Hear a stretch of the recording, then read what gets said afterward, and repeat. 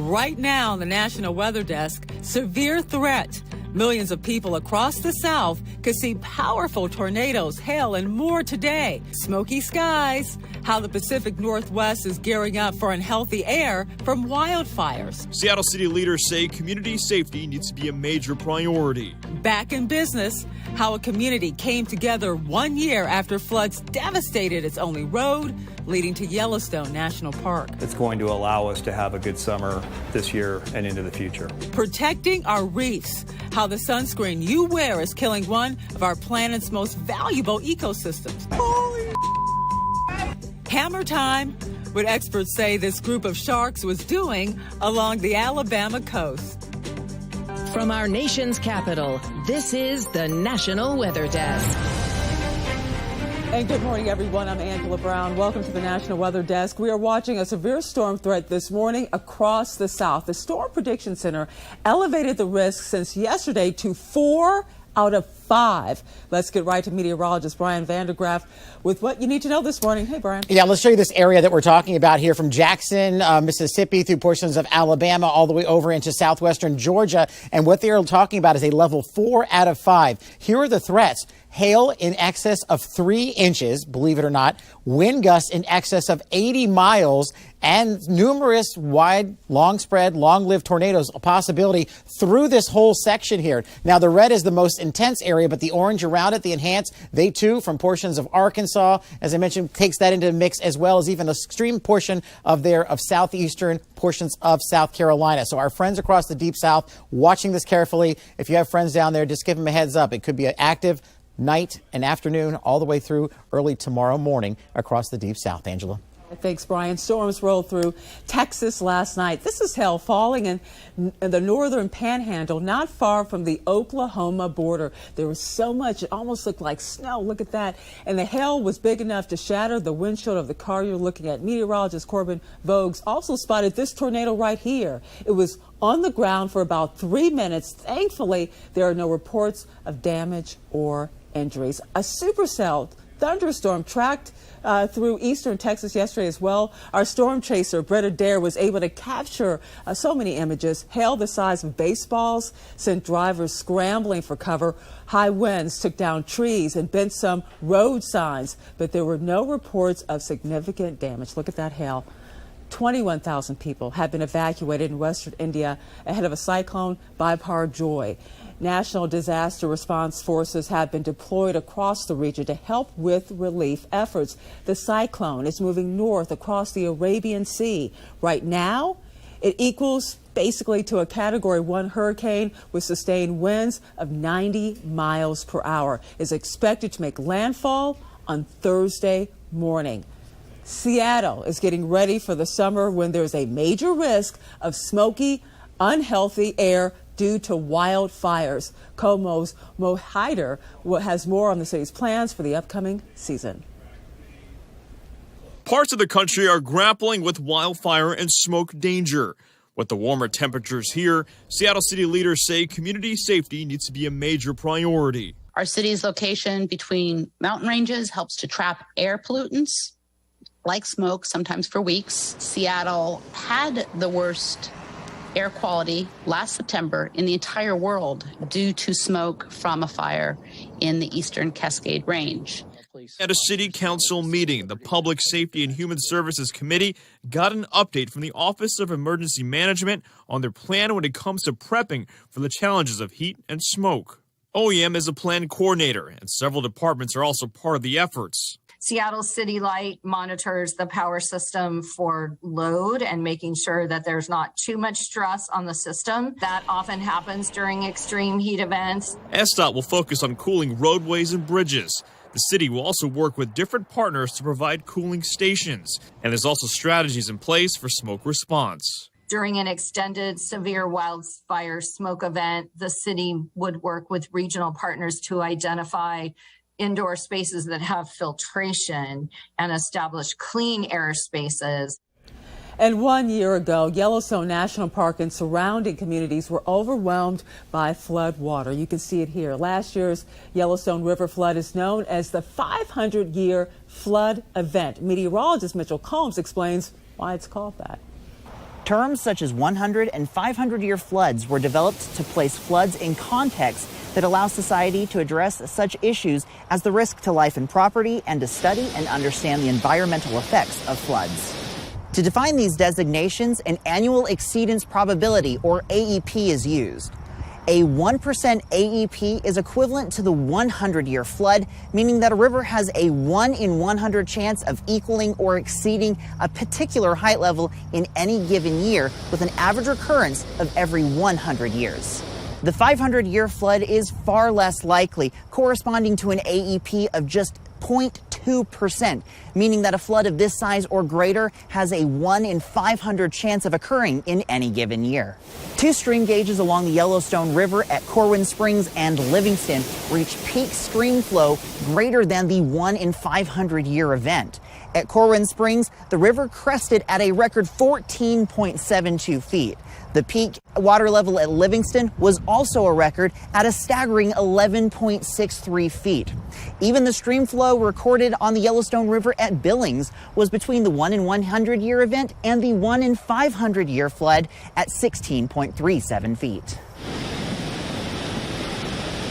As quickly as the waters rose, they began to recede, leaving only destruction behind.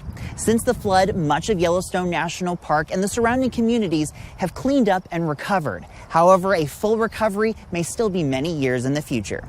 And floodwaters from the Yellowstone River severed the north entrance into Yellowstone National Park. Laurel Staples says park officials stepped into the past to help determine the road's future. When floodwaters destroyed the north entrance road into Yellowstone, Gardner lost its national park. Restaurants, hotels, tour services all depended on this road being open. Park officials knew they had to act fast.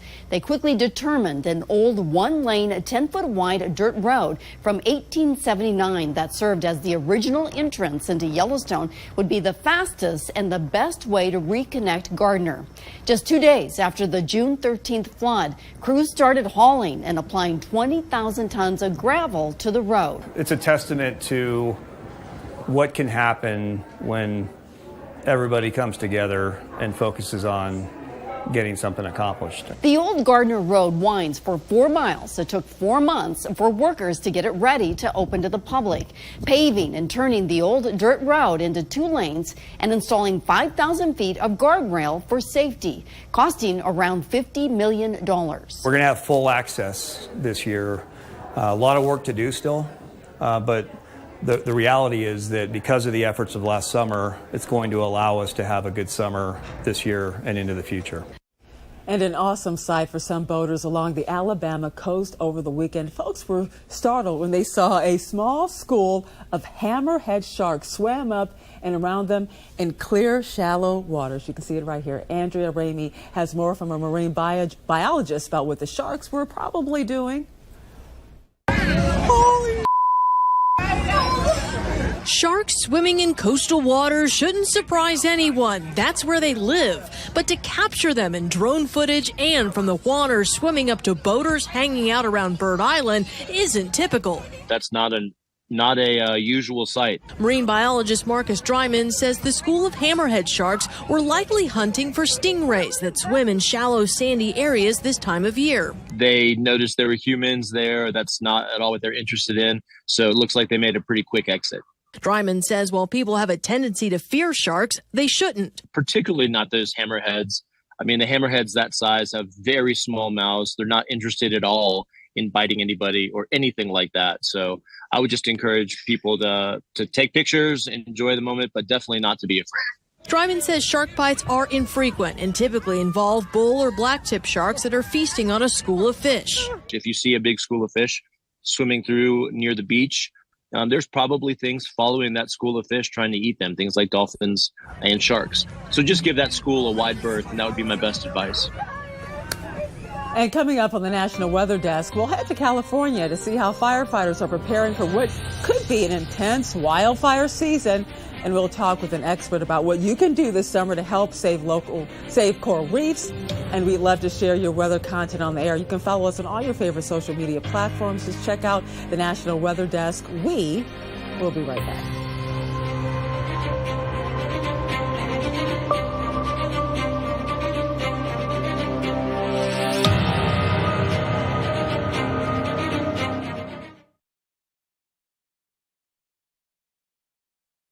Hi, everyone. I'm meteorologist Charlie Lopresti with Look at the Northeast. We have a variety of weather conditions in the Northeast. Today, many areas are starting with clouds and fog. We should break into some sun. Now, we're already starting with some wet weather in New York. This is about lunchtime. We're seeing bright skies through parts of New England.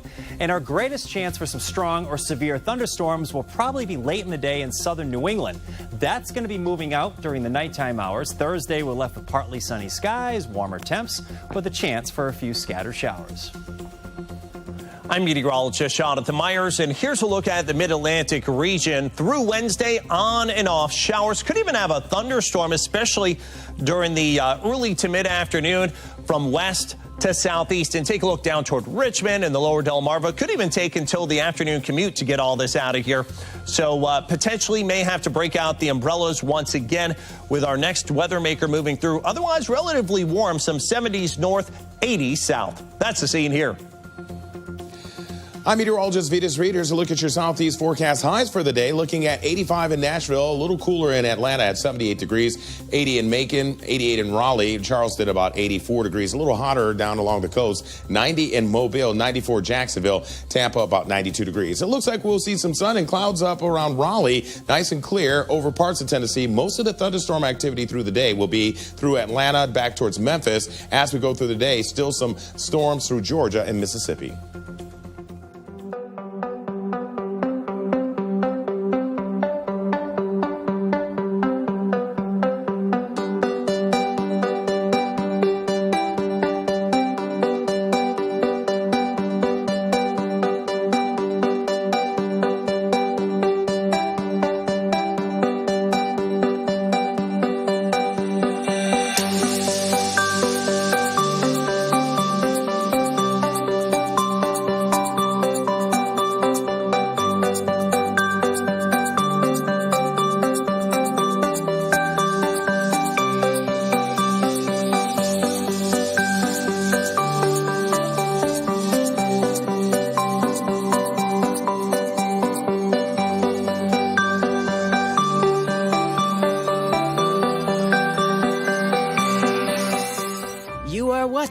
The National Weather Desk.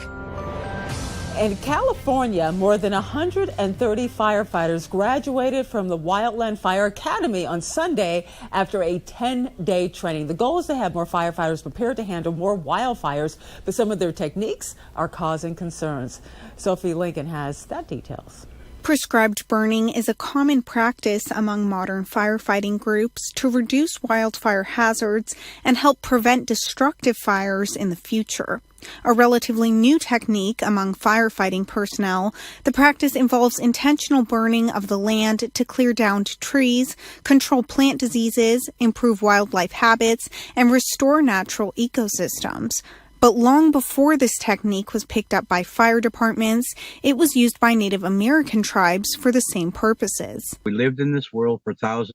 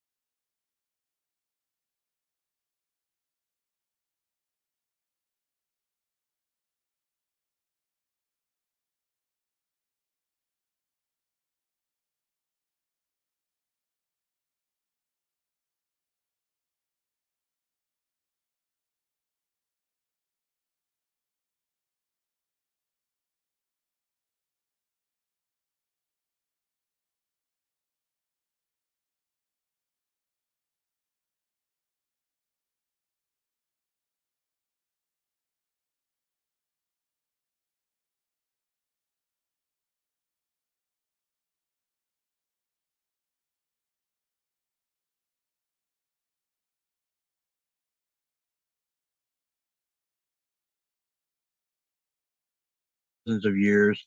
This part of the world, I should say, for thousands of years. And, our direction was to always take care of the hand that feeds you. But when colonization made its way to the native lands, the practice was seen as detrimental, and for decades it was prohibited. We've seen in the last 30, 40 years that legacy of fire suppression has left a very dense stand of vegetation in all of our hill. The landscape here is basically primed for worse and worse wildfires. A prime example of this concept was actually the topic of a Cal Poly Humboldt study, which found that certain tree species are declining in the region because of fire suppression and climate change. We think the reason why these different conifer species have not been moving upslope very quickly is an effect of fire suppression. Now, trainings like the Southern Humboldt Wildland Fire Academy hope to help reverse some of the damage that has been done. The idea was to empower our local Native people to become active in that group of people who are making a difference by bringing prescribed burning and cultural burning back to the landscape. Portions of the country could see extreme heat this week, with some areas getting triple-digit temperatures. For your pet, that's not just uncomfortable, it can also be dangerous. Heat stroke can be a life-threatening problem for dogs. Betty Cross looks at ways you can keep your pooch safe in the summer heat. Robert Gonzalez and Ruby like to start their day with a jog on the trail. She's an endurance dog. She's a sporting breed, so she does great in the heat. Even so, he only takes Ruby out in the early morning or late evening, stops frequently for water breaks, and is always on the lookout for signs the 2-year-old needs a break. I can tell pretty quick if she's overheated. We have to stop in the shade, and she can just lay on the cool grass. Veterinarians say this week's temperatures will overheat dogs quickly. I would recommend that people take it very seriously. Dr. Ellen Jefferson is a longtime shelter veterinarian. We can sweat through every pore of our body. Dogs cannot. So they only sweat through their tongue, their toes, and their ears. Some common signs of overheating are lagging behind. The tongue way out of the mouth, bright red eyes or mouth, and being hot to the touch. Having their tongue hanging way out of their mouth, that usually means they can't get enough sweat out of their mouth. Which means they're overheating and need help. If there's a hose them down, just trying to decrease the body temperature as fast as possible. Good boy. Morgan Deach has a summer routine for Hudson. Getting out as early in the morning as you can also is super helpful. Morgan also uses cold, damp towels to get Hudson's body temperature down after a park play date. If you take a paper towel and you soak it wet and then put it in the freezer and lay it down and drape it over their neck, put it on their paws, it really helps cool them down. And Central Illinois got some much-needed rain recently, providing water for the region's crops. Brian Bridge reports that farmers were grateful for the weather, but they still had their worries. Leading up to Sunday's rainfall, Central Illinois had only seen scattered showers that barely touched the fields.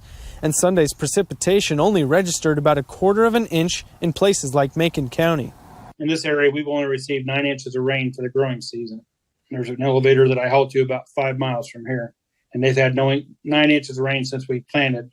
And normally we get around 32 to 35, so we're about 25% of our normal rainfall. The sporadic and light rainfall has caused wheat to dry up, and farmers will have to yield it about a week or more earlier than usual. Corn and soybean farms are hoping that the rain comes before their plants dry out too. The dry weather is affecting farmers across Central Illinois in ways they haven't seen in over a decade. And, not only do we need it for the crops, people need it for their yards and their gardens. And it's a fire hazard down the road if it gets like that. And we don't want any of that kind of stuff to happen. Farmers have told me that they're grateful for the cooler weather at night. Otherwise, their crops wouldn't have time away from the sun's heat to relax and soak up the moisture still left in the fields.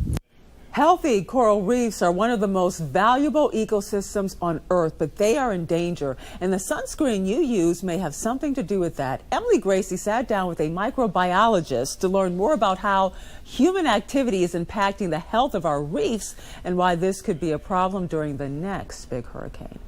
You can have very different kind of effects, not outright killing an organism, but you can have these kind of subtle effects that can affect fish, invertebrates like corals, invertebrates like sea urchins, shellfish, clams and mussels, crustaceans, And our plankton, some of the basis of our food chain, we should not quit using sunscreens to protect ourselves, but we should take note of what the science is saying to us. Are there types of sunscreen that have this impact and others that do not? There are probably 6 of the 17 UV filters allowed to be used in the U.S. that have one or more of these effects. So not all of them do all of this. This occurs where you're able to reach the concentration where these adverse effects can actually occur. Can you tell me why it's important to keep the reefs healthy? There's a lot of reasons. They take up about 0.2% of all the ocean's floors, but they support more than 30% of all the biodiversity in the ocean. They're key for food, for livelihoods, also hold unexplored natural products and potential pharmaceuticals. Coral reefs can protect coastlines from storms like hurricanes, correct? Those structures of reefs, when they're fully developed, protect shorelines because they're able to break down some of that wave energy. So that's another value and reason why we need coral reefs. And if you like interviews like the one you just heard, check out our podcast, Off the Radar. Next episode drops every Tuesday. This week's episode is a deep dive into the 1996 classic movie Twister. You can find Off the Radar wherever you get your podcasts. And time now for a short break. Before we go, check this out. It's views of Turkey Creek and Kearney, Nebraska.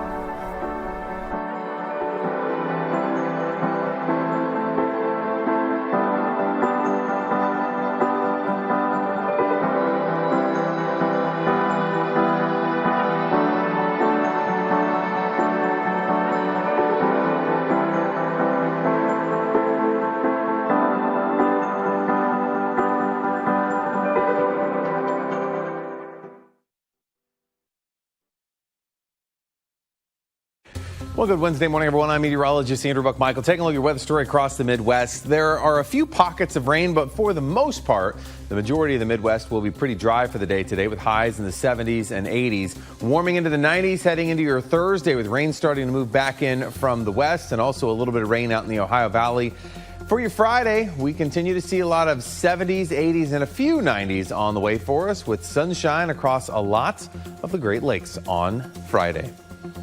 Good morning. I'm meteorologist Alex Garcia. Here's a look at your regional weather. We're starting off a little chilly this morning in Amarillo at about 59. A little warm down toward Brownsville, sitting around 81 degrees. A storm system today will bring more rain back out to Louisiana and Mississippi, while a low will drop down toward the south. Look for some really toasty temperatures across South Texas as they get up there into the triple digits later this afternoon.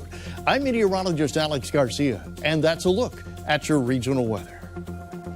Well, hello, everybody, and good Wednesday morning to you. I'm meteorologist Shannon O'Donnell. We're talking about some lingering showers today through the Pacific Northwest and moving toward the Continental Divide, including around Missoula and Jackson Hole with some thunder and lightning possible there. On the other hand, getting back into the triple digits out of southern Arizona, including Phoenix and Tucson. This cold front dropping down toward Salt Lake City and Denver. Going to pop some thunderstorms over the Rockies later today.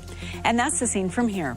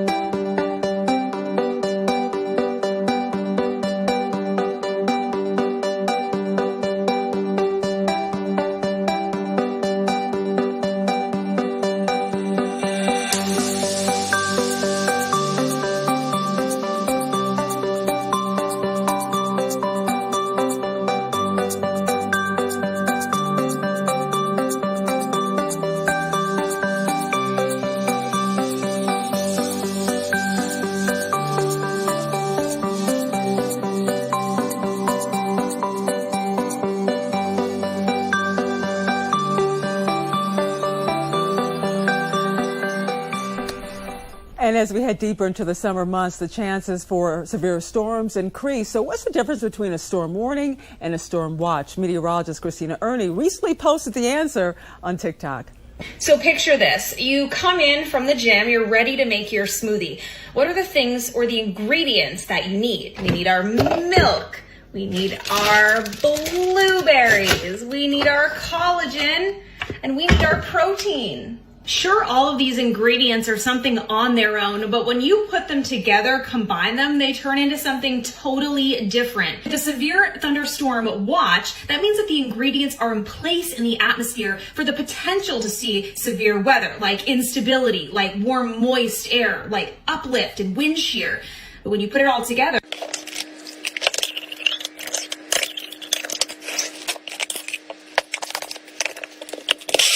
it's no longer a smoothie watch because those ingredients have created that smoothie. We're under a warning now, a smoothie warning, similar to a thunderstorm warning. It's not that we're just looking at that possibility. That warning means it is in place and you need to take proper precautions.